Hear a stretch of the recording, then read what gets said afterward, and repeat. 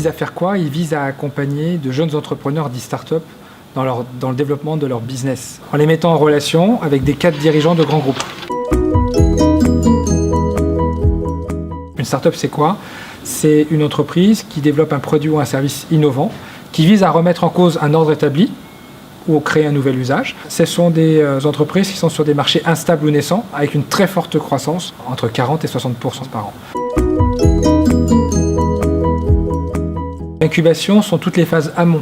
J'ai une idée, je souhaite me lancer, concrétiser cette idée.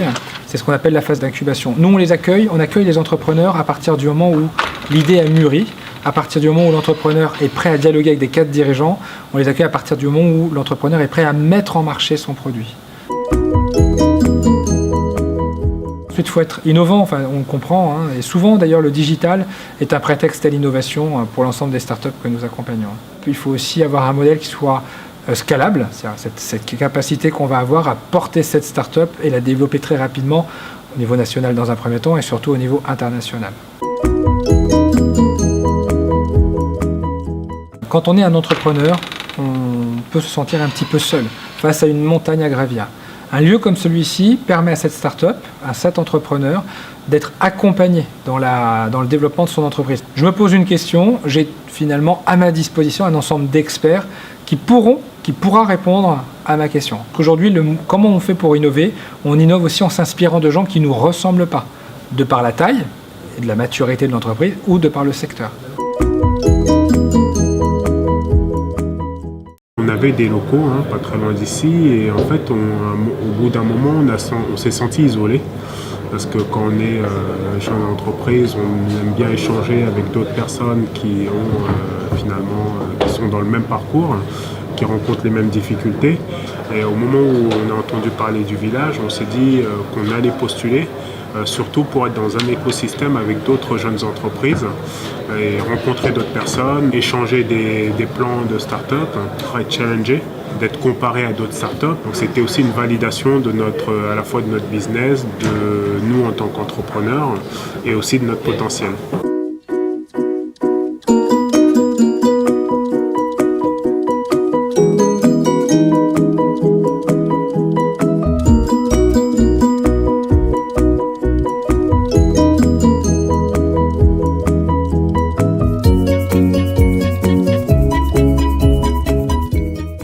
Aujourd'hui, il y a de plus en plus de jeunes qui veulent créer leur activité pendant leurs études. On est le seul pays dans le monde à avoir créé un statut étudiant-entrepreneur qui est valable pour tout bachelier en France. Quel que soit son établissement, l'idée c'est de lui permettre de rester 1 an de plus, voire 2 années de plus dans l'enseignement supérieur avec une couverture sociale qui est pas chère. Et nous, on ne sélectionne pas sur des spécialités, on ne sélectionne pas sur l'ambition du projet, on sélectionne sur l'engagement de l'étudiant. On lui donne l'opportunité de créer son projet.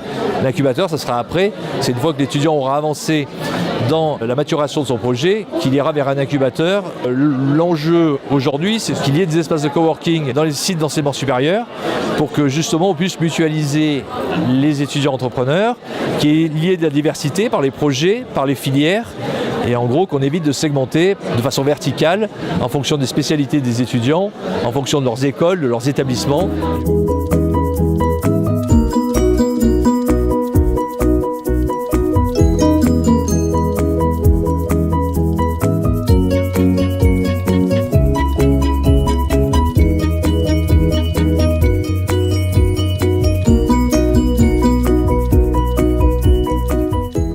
StaffMe met en relation des étudiants auto-entrepreneurs avec des entreprises pour la réalisation de tout type de missions, l'animation commerciale, le web design, l'aide en compta.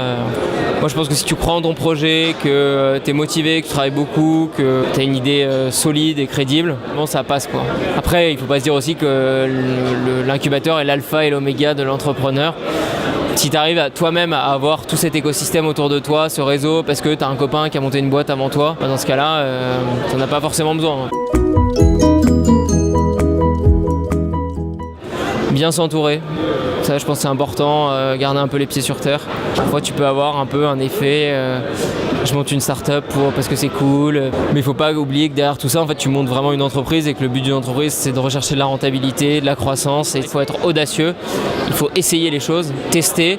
Si ça marche, tu le mets en place, tu le développes. Si ça ne marche pas, tu arrêtes, ne rien lâcher. Donc ça, c'est vraiment, si tu crois en ton projet, il ne faut jamais te décourager.